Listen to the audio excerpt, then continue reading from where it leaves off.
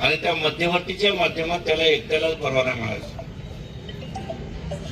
परंतु गेल्या 2 वर्षांमध्ये डफरिंग चौक हा मार्ग टाकून परवाना देण्याचा प्रयत्न पोलिसांनी केला.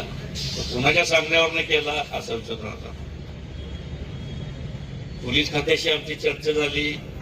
पोलिसांनी आम्ही सांगितलं की मागणी केली त्या पद्धतीनं आम्ही दिलं.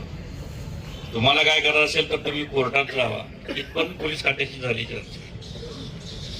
आणि शेवटी ज्या बापाने आपल्याला कायदा शिकवला त्या बापाच्या कायद्यानुसार कोर्टामध्ये सुद्धा जाण्याचा आम्ही निर्णय घेतला होता विश्वस्त समिती. परंतु विश्वस्त समितीच्या एका बैठकीमध्ये असं ठरलं की यावेळेच्या मिरवणुकीमध्ये 135व्या जयंतीच्या मिरवणुकीमध्ये आपल्याला काही बदल करता येतोय.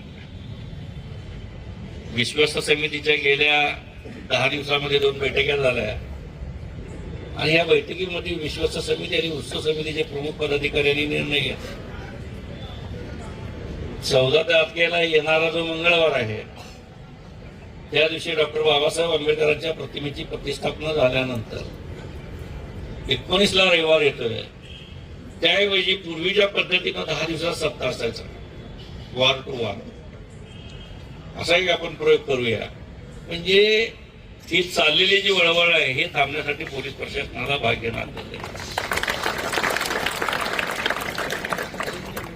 1 दिवसाने आपला खर्च वाढणार नाही. रविवारच्या ऐवजी सोमवारी एका दिवस मंगळवारी आपली मिरवणूक. हा प्रयोग आहे बरं का. शेवटी विश्वस्त समितीचा हा निर्णय आहे की या माध्यमातून जे जी मोनोपॉली मक्तेदारी आहे ती मक्तेदारी तोडण्याचा प्रयत्न. कारण मध्यवर्तीची पूजा होती 11:30 ते 12:30च्या दरम्यान. आणि मग 12:30 वाजता पूजा झाल्यानंतर एकच गाडी महानगरपालिकेची आम्ही आणतो डफरिंग चौकातनं खालच्या मार्गावर तोडू. काही गाड्या येतात, पहिला तुझी जाऊ दे, पहिला तुझी जाऊ दे, त्यांना अडवणूक कर. एकेका मंडळाजवळ 5-5, 6-6 गाड्या असून त्यांनी जर अडवणूक करण्याचा प्रयत्न करत असतो. ही मिरवणुकीमध्ये भांडण नको, मिरवणुकीमध्ये दुखळी नको, आपल्यामध्ये काय वाद नको, ही भूमिका मध्यवर्तींनी सामंजस्याने घेतली. याचा अर्थ आम्ही कशाला भिलो आहे. कारण मुळात आमची पैदासच संघर्ष आहे. आयुष्यामध्ये बाबासाहेबांच्या विचारधारेसाठी फार मोठा संघर्ष केला आहे आणि अजून मी शेवटचा रक्ता थेंबाशीपर्यंत संघर्ष करण्याची भूमिका या बसलेल्या डायसवरची सगळ्याची. परंतु या जयंतीला गालबोट लागू नये. 2012 साली आपल्यात एक खंडफितूर होता पोलीस अधिकारी. त्या पोलिसांनी सांगितल्यानंतर त्यावेळेस फक्त मिरवणुकीमध्ये लाठीचार्ज झाला.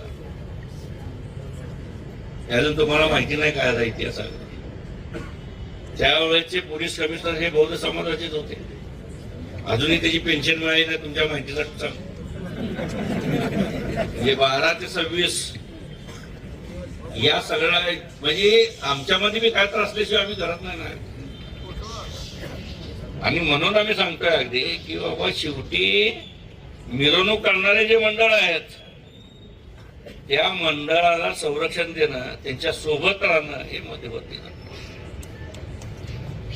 आणि परंपरा आमच्या पूर्वजांनी सुरू केलेली आहे ते आतापर्यंत आम्ही कंटिन्यू करतो. म्हणून येणाऱ्या 21 तारखेला मंगळवारी आपण मिरवणुकीचा निर्णय घेतला. त्याचं कारण एवढंच आहे की गेल्या 2 वर्षामध्ये पोलीस प्रशासनाने महाराष्ट्र शासन, आता महाराष्ट्र केंद्रीय मंत्री आहे की मी आणू शकत नाही का सांगा बरं. केंद्र आणतो, सगळे सिक्युरिटी बोर्ड उभा करतो, सगळे अगदी BSF फोर्स उभा करतो, चालतंय का. पण आम्ही नेत्याला सांगतो साहेब जे ती मिरवणूक मोठी असते तुम्ही आलं की सगळं गोंधळ होते, कृपा करून तुम्ही. हे जनतेनं आपल्या नेत्याला सांगितलं. तुम्हाला एक किस्सा सांगतो. 1980चा तुम्हाला माहिती नसेल. 80 साली सोलापूरमध्ये फार मोठी दंगल झाली. हिंदू मुस्लिम दंगल झाली आणि मिरवणुकीचा आपला मार्ग दत्त चौकातून सेंट्रल टॉकीज कडून विजापूर वेस्टला येण्याचा प्रयत्न केला.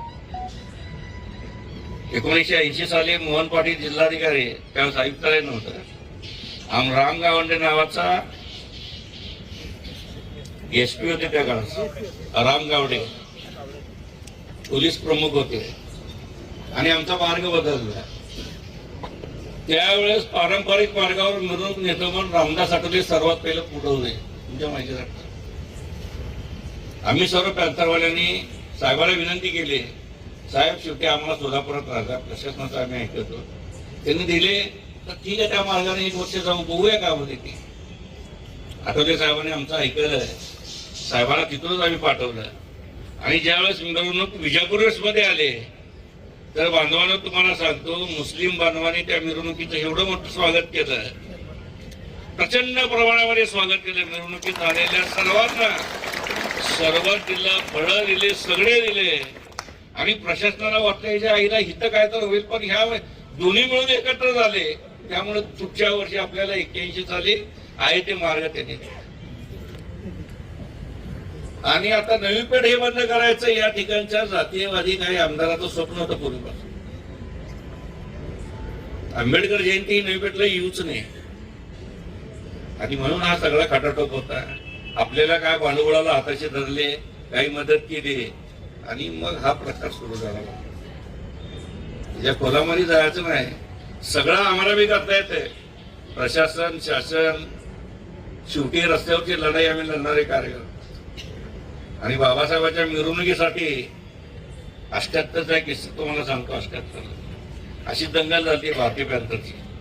2 दिवस संचारबंदी होती. आपले पूर्वज म्हणत होते की मिरवणूक काढू नका, आम्ही म्हणणार मिरवणूक काढणार.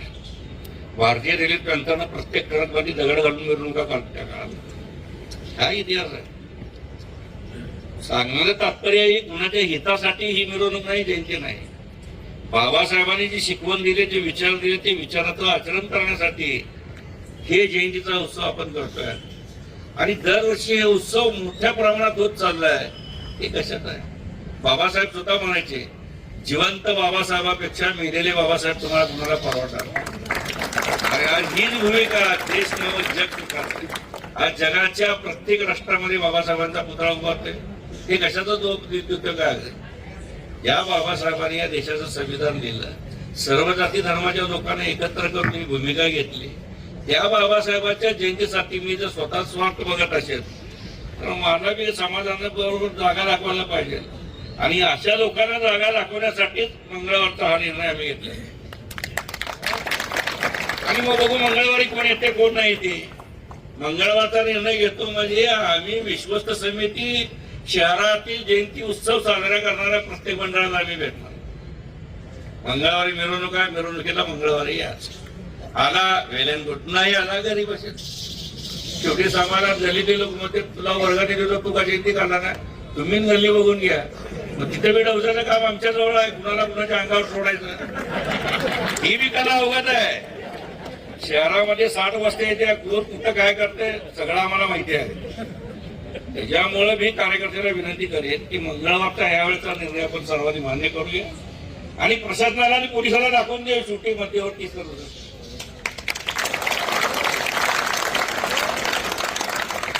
प्रत्येक मंडळाच्या कार्यकर्त्याला आंबेडकर पुतळ्याजवळ 15 काय 20 मिनिटाची आपण वेळ देऊ. पण एक विनंती राहील, 11:30 म्हणजे 11:30 वाजता आपण या. 11:30 फारच देऊ, 15 मिनिटं झालं की पुढे नाही. काय विचार करा ना, माझाच बांधव आहे पुढं, माझाच भाऊ आहे पुढं, मी राहतो पुढं, त्याच्यानंतर तुम्ही. ही भूमिका प्रत्येक मंडळाने स्वीकारणं गरजेचं आहे. आता झालंय का, मी 4 पोरं घेतलं की मी उठा कोण येते बघतो मी तुझा. बघायला आम्हाला बी येते की आता बिगर चष्माच्या या वयात बघतो मात्र त्या वयात कसं बघत. त्याच्यामुळे सगळ्यांना विनंती आहे की मध्यवर्तीनं जो निर्णय घेतलेला आहे, मंगळवारी 21 तारखेला दुपारी 11:30 वाजता डॉक्टर बाबासाहेब आंबेडकरांच्या पुतळ्यापासून पारंपरिक मार्ग आहे. डॉक्टर बाबासाहेब आंबेडकरांचा पुतळा डबरिंग चौक, एम्प्लॉयमेंट चौक, बुद्धनगर फॉरेस्ट मधून आपलं मग महापौर बंगल्यावर गांधी पुतळ्यावर परत आपला मार्ग. याच मार्गावर मिरवणूक निघेल, याच्यात बदल होणार नाही. आणि जे आपण सुरुवात केलेले आहे डीजे जे आता चाललंय ना, आपण रमायला सांगितलं होतं, एक बेस एक टॉप क्लिअर साऊंड. आजी तीच भूमिकेवर मध्यवर्ती ठाम आहे. प्रशासनाला आम्ही सांगू, एक बेस एक टॉप क्लिअर साऊंड हे आम्ही लावणार. कोण मध्ये येते बघू, आमची जयंती तुम्हाला काय करायचं ते करा. एक बेस क्लिअर साऊंड सर्वोच्च न्यायालयाच्या आदेशानुसार ही मिरवणूक निघेल. धन्यवाद. जय हिंद.